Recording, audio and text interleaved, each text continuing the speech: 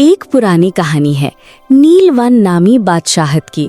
ये जमीन हरियाली से भरी हुई, नदियों की गुनगुनाहट से सजी हुई और ख्वाबों की तरह हसीन थी। इसी सरजमीन पर एक फेरी टेल शुरू होती है, शहजादी दिव्या की।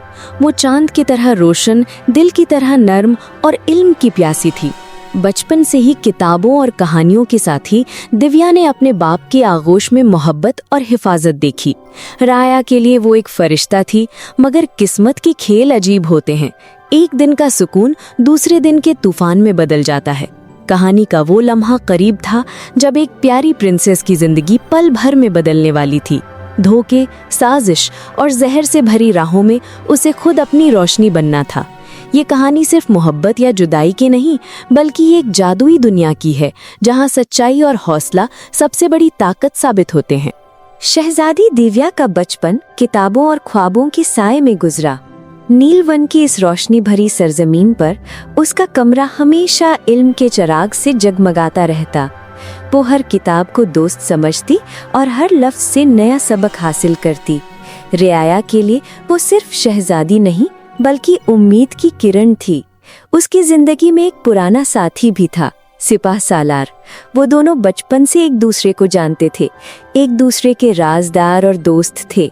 मगर तकदीर ने उनके रिश्ते को सिर्फ दोस्ती तक महदूद नहीं रखा, बल्कि आगे चलकर उसे एक बड़ा इम्तिहान बना दिया।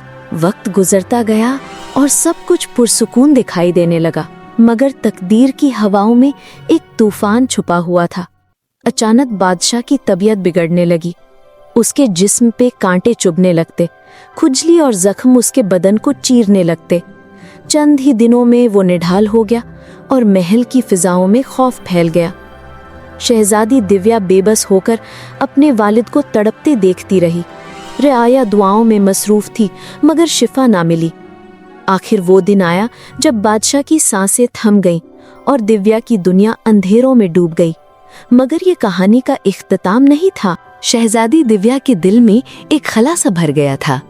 बाप की जुदाई ने उसकी रूह को जख्मी कर दिया था, मगर किस्मत ने अभी एक और पर्दा उठाना था। एक रात जब चांदनी खिड़की से झांक रही थी, दिव्या अपने कमरे की लाइब्रेरी में बैठी थी। अचानक एक पुरानी किताब उसकी आंखों के सामने खुद ब खुद खुल गई।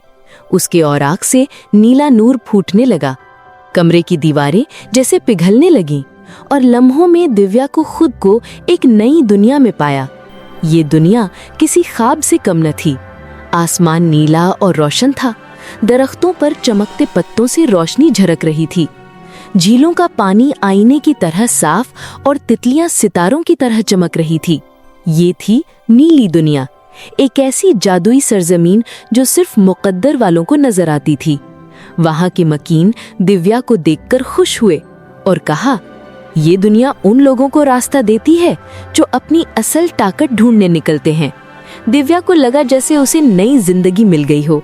उसने महसूस किया कि इस दुनिया की रोशनी और जादू उसके दुख को मिटा रहा है और उसे आने वाले अंधेरों का मुकाबला करने के लिए तैयार कर रहा है।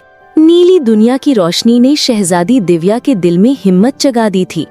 जैसे ही वो वापस अपनी हकीकत की सरजमीन पर लौटी, उसने सिपा सालार के बदलते रवैये को और करीब से देखा। वही शख्स जो कभी उसका दोस्त था, अब रियाया पर जुल्म ढाने वाला बादशाह बन चुका था।